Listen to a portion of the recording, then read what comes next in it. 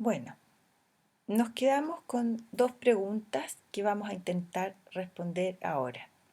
Si es que mi paciente requiere mejorar su gasto cardíaco y si es la infusión de volumen la terapia que se requiere para que este paciente mejore su gasto cardíaco. Ya dijimos que tenemos entonces, según la curva de Frank-Starling, pacientes que se encuentran en este lugar de la curva que sí van a ser respondedores a volumen y aquellos que se encuentran en este lugar de la curva en que no solo no van a ser respondedores a volumen, sino que la infusión de volumen va a ser claramente deleteria. Y aquí aparece la ecocardiografía. ¿Y por qué he puesto un slide de la vena cava inferior? Porque aquí está donde nos vamos a centrar.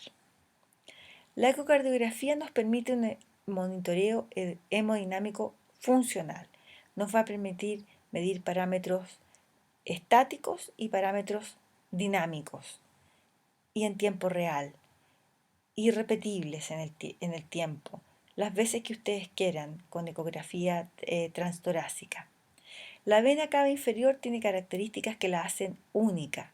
Tiene una túnica íntima, una túnica media y una túnica externa muy gruesa que contiene los vasa vasorum y terminaciones nerviosas.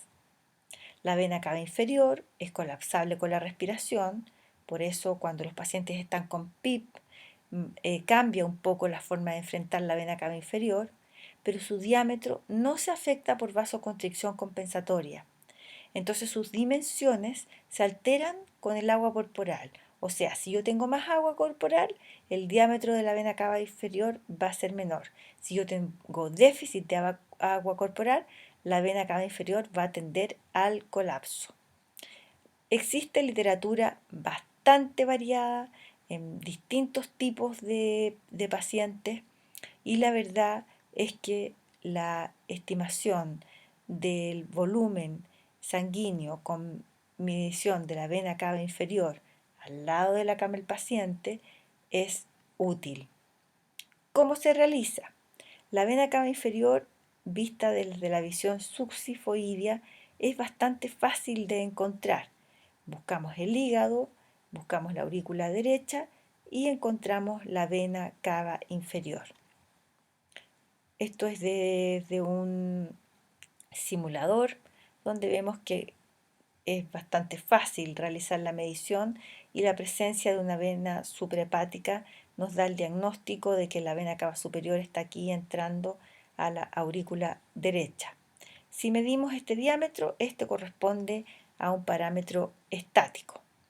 Aquí tenemos entonces la vena cava inferior en que ponemos modo M y vemos cómo la vena cava inferior tiende a colapsarse cuando se inspira y tiende a expandirse cuando se expira. Eso es un patrón normal. Y podemos medir qué ocurre en inspiración y en expiración y podemos obtener índices que nos van a permitir saber en qué lugar de la curva nos encontramos. Entonces tenemos que es normal que se colapse durante la inspiración, tenemos que hay un patrón sistólico y diastólico de la vena hepática que nos va a hablar si es que estamos en un periodo de hipervolemia o de hipovolemia y podemos medir la vena cava inferior cuando no hay colapso inspiratorio, eso es patognomónico de que estamos presentes en una hipervolemia. Entonces, la respuesta al volumen y los parámetros de vena cava inferior los podemos medir con el diámetro de la vena cava inferior, el índice de distensibilidad y el índice de colapsabilidad. El diámetro de la vena cava inferior va a ser un parámetro estático versus los índices de distensibilidad y de colapsabilidad que van a ser parámetros dinámicos. El índice de distensibilidad lo medimos de esta manera. Si te encontramos mayor a 18%, predice que la respuesta al volumen va a ser positiva y esto con una sensibilidad de un 90%. que es bastante alto y que es bastante preciso.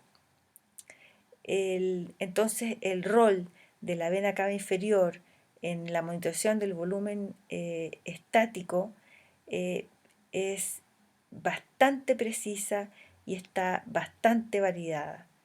El patrón respiratorio cambia el diámetro de la vena pulmonar, de la vena cava, y esto mismo ha sido mostrado cuando el paciente está siendo sometido a presión positiva expiratoria, que es lo que vemos acá. La correlación entre la vena cava inferior y los diámetros que medimos con ultrasonido son bastante buenos y son eh, con una sensibilidad y una especificidad que es bastante alta, con valores estadísticamente significativos en cuanto a la especificidad y lo que lo convierte en un parámetro eh, bastante apetecible de medir, ya que se trata de un parámetro no invasivo, de que se trata de un parámetro al lado, que podemos realizar al lado de la cama del paciente. Podemos determinar en qué parte de la curva el paciente se encuentra y podemos determinar si el paciente se va a beneficiar o no